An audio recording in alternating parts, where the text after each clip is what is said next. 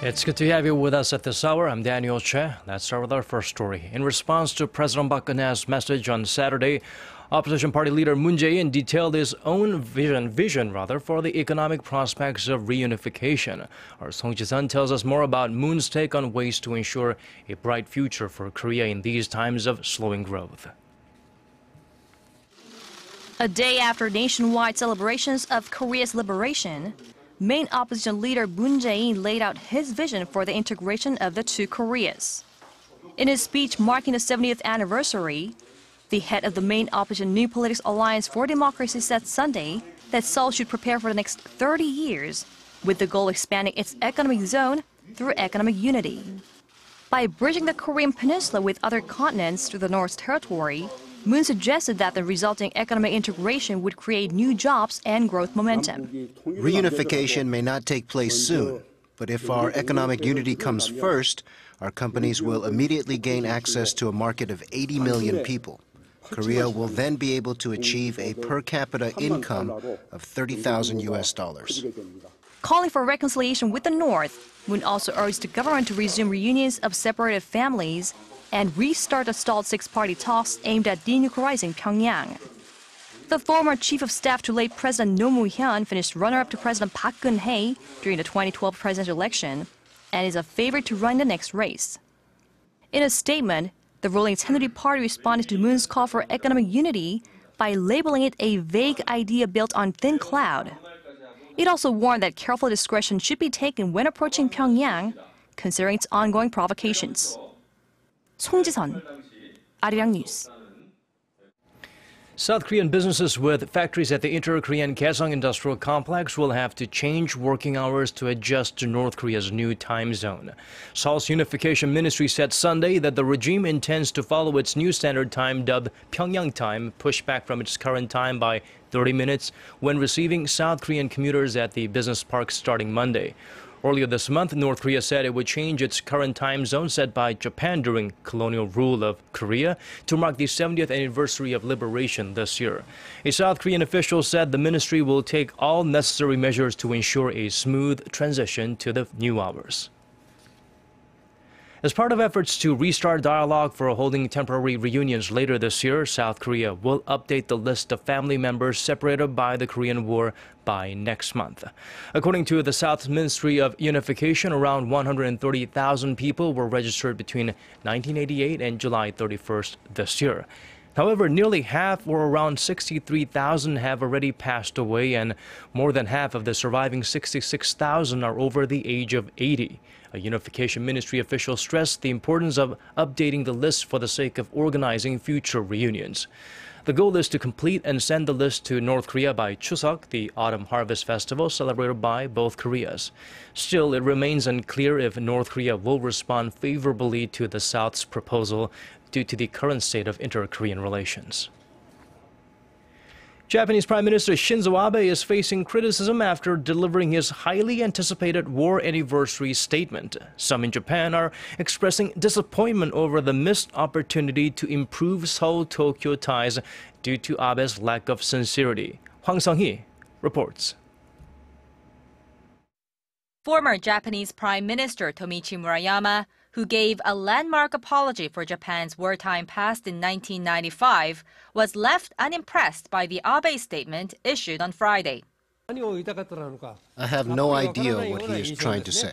While Prime Minister Shinzo Abe upheld his predecessor's apologies in a statement marking the 70th anniversary of the end of World War II, he also stressed the need for Japan's future generations to turn the page on history, a remark which left some confused. I don't know what he means by not being predestined to apologize.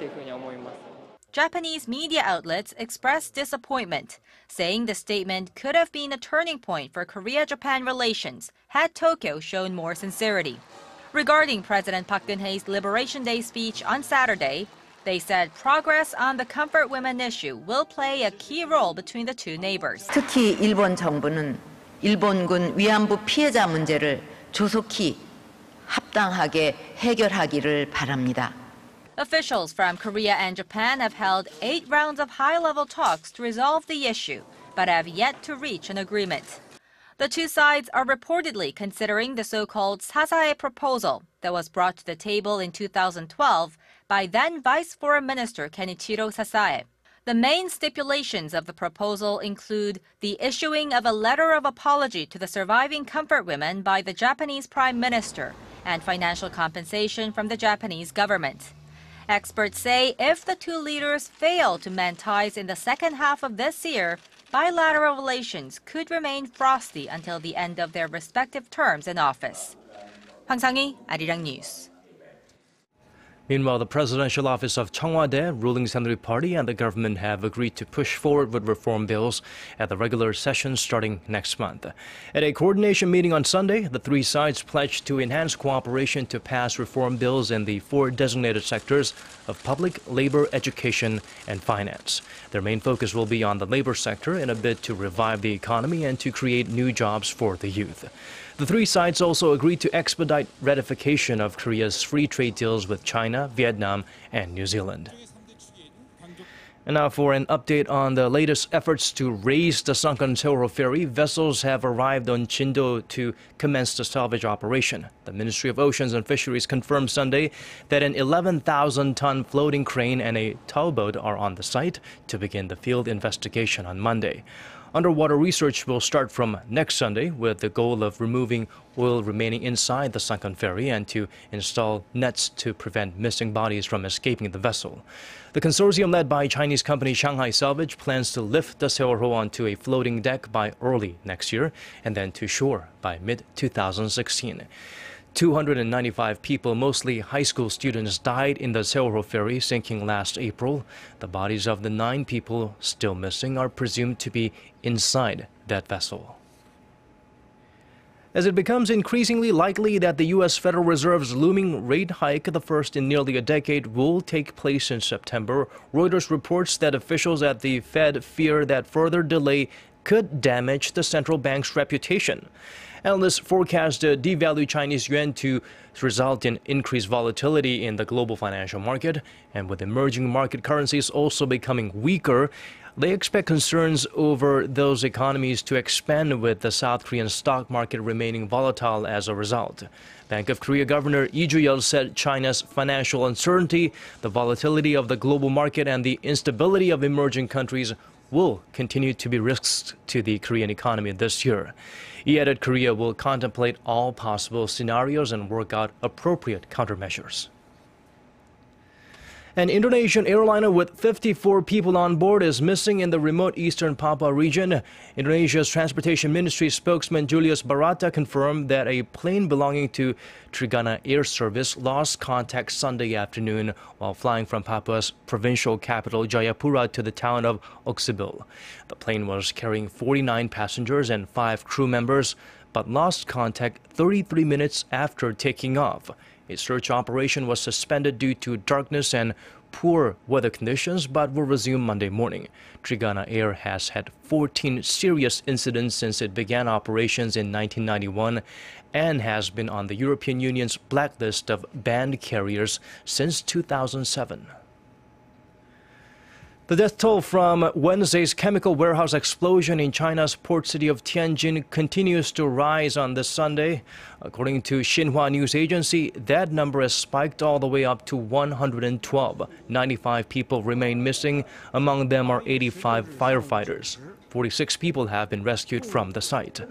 More than 1,000 firefighters, including hundreds of firefighters from neighboring Hebei province, remain on the scene as saving lives remains the key priority. China's state-run news outlets The Paper and the Southern Metropolis reported that the warehouse was storing 700 tons of sodium cyanide, which is 70 times more than its capacity, and that authorities were rushing to clean it up. President Xi Jinping urged authorities to learn from the latest incident as the Tianjin blast and a string of serious accidents recently exposed severe problems in the work safety sector of China.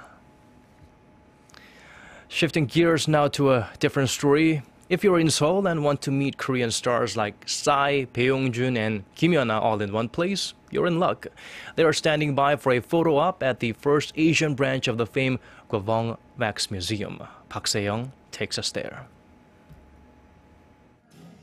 Korean celebrities, historical figures, and sports stars are all immortalized in wax at the newly opened Gwangbong Museum in Seoul.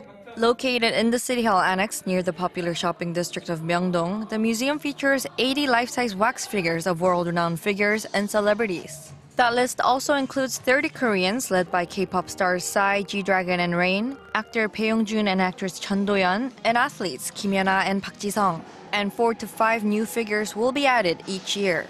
The Seoul Museum is the first Asian branch and fourth in the world of France's famous wax museum, Musée Gwangbong. The city was chosen for its growing status as a tourist destination, driven largely by the popularity of the Hallyu or Korean wave. The opening of the museum in Seoul represents Korea's role as a leader of popular culture in Asia.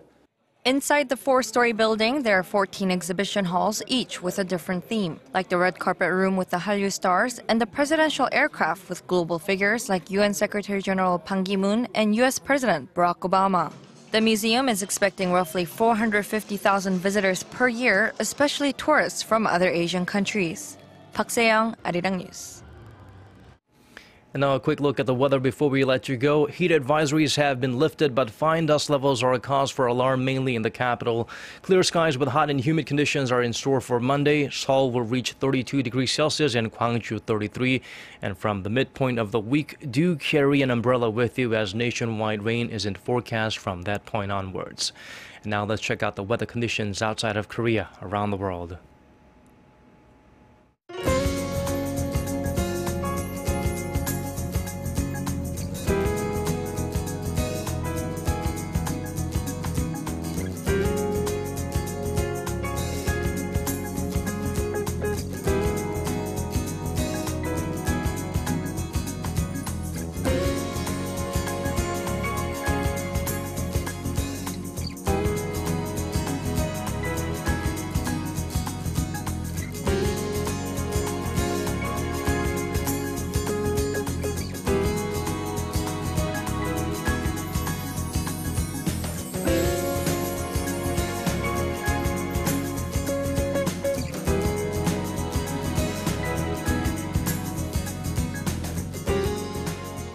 And that's all from us. Thank you for watching. Here's wishing you a smooth transition to your new working week.